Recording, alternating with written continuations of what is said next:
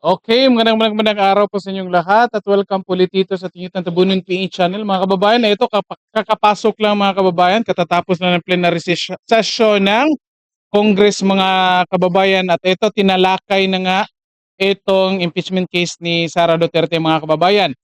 Earlier na may naglabas ng balita mga kababayan at presenta natin dito na nakakuha ng 153 initial votes itong mga nag-file ng impeachment case laban kay Sara Duterte mga kababayan. At ito na nga, naglabasin tayo ng video at tinukoy kung sino yung nangunguna doon na kongresista na naghahanap ng mga buboto ng impeachment case laban kay Sara Duterte mga kababayan. At ngayon lang po, kakatapos lang ng plenary session, nako, more than 153 mga kababayan na mga kongresista ang bumoto. Ilan yung bumoto? Ito, tingnan natin kung ilan yung bumoto mga kababayan. Ako, dapat ilabas nila ito mga pangalan ng bumoto ng impeachment case laban kay Sara Duterte mga kababayan para malaman natin ito. Ito, tignan natin itong balita na ito mga kababayan. Galing ito sa Teleradyo Serbisyo mga kababayan. Okay. Ito, play na natin. By the way, paki-like and share ng video natin mga kababayan. Members Paki-like and share and then i-subscribe na rin po sa channel natin mga kababayan. Ito, play na natin. of the House verified and swore before him the impeachment complaint. Secretary General, please respond to the query of the Majority Leader. Yes, Mr. Speaker. Pursuant to Section 14, Rule 4 of the Rules of Procedures, in impeachment proceedings, the total number of House members who verified and swore before me this impeachment complaint is 215 House members. Mga kababayan, nagpalakpakan pa talaga sila mga kababayan. No? Nako, The Majority Leader is recognized. yung mga Mr. Speaker, may we know budget mga what kababayan. is 1/3 of the total number of the members of the House? The Secretary General will please respond. Mr. Speaker, 1/3 of the total number of members of the House is 102. The Secretary General has responded to the query of the Majority Leader. The Majority Leader is recognized. Mr. Speaker, for the record, in consonance with the Constitution on Article 11 on accountability of public officers, particularly Section 3, Paragraph 4, and pursuant to Section 14, Rule 4 of the Rules of Procedure in impeachment proceedings, which provides as follows. Section 14, endorsement of the complaint resolution to the Senate. A verified complaint resolution of impeachment filed by at least 1/3 of all the members of the House shall constitute the articles of impeachment. And in this case, the verified complaint resolution shall be endorsed to the Senate in the same manner as an approved bill of the House.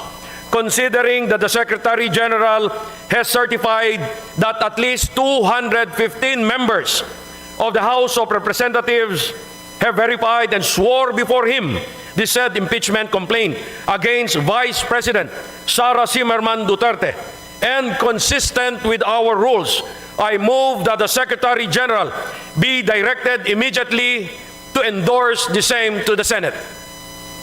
Mga kababayan, sige, eto na nga, 215 mga kababayan ako. Himayin natin ito ng konti mga kababayan. Diba? Tingnan ninyo,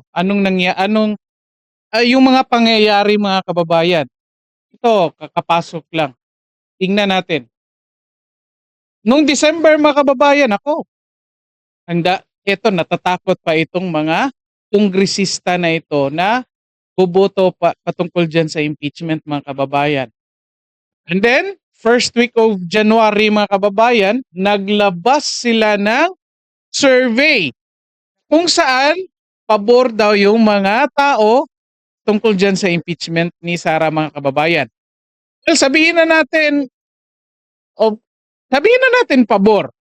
sabihin na natin totoo yung impeachment, mga kababayan. Na totoo yung survey na talagang mga tao pabor dyan sa impeachment ni Sara Duterte. Sabihin na natin totoo. Pero nakikita natin na ginagamit yung survey na yan para encourage yung mga kongresista na suportahan itong impeachment case, mga kababayan. And then yun nga, nagrally yung INC, mga kababayan, at ito na naman, dinidelay na naman yung impeachment, mga kababayan. At karamihan sa mga kongresista nagsabi na wala ng oras. At nakikita rin natin na dinidelay kasi nga nandoon pa sa Secretary General yung impeachment case, mga kababayan. Hindi pa ini-endorse yan. And, naku, anong nangyari?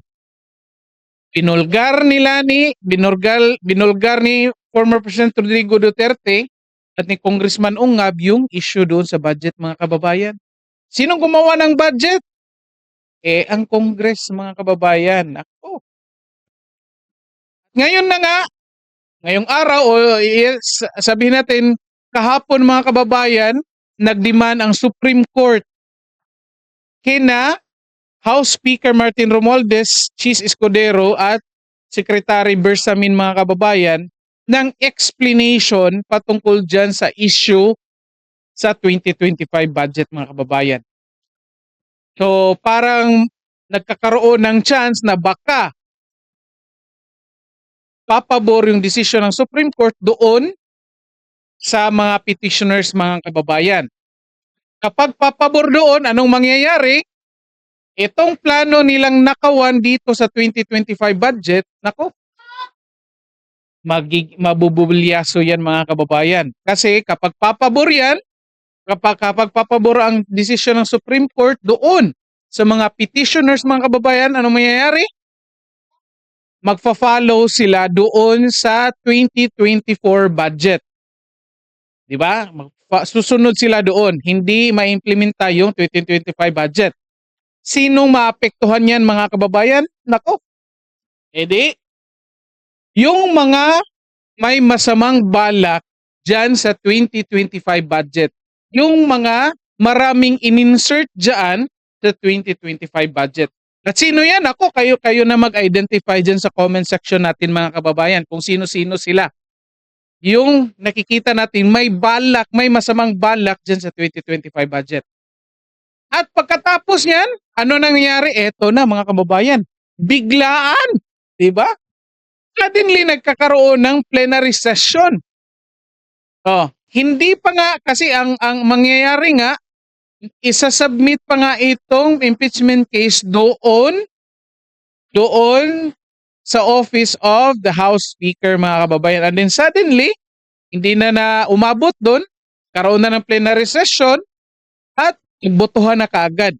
And then, eto na nga, 215 yung bumoto, mga kababayan. Ako, kang masama talaga ang loob nila na pinuna itong 2025 budget, mga kababayan. Di ba? It could be either or it could be lahat na ito, mga kababayan. It could either sama ang loob nila kasi na maapektuhan sila sa kung ano mang magiging desisyon ng Supreme Court sa 2025 budget, or it could be, nako, magkano kayang bigayan dyan, mga kababayan, para buboto sila pabor sa impeachment case, mga kababayan. Kasi nga earlier, na-identify na natin kung sino yung nangangalap ng boto.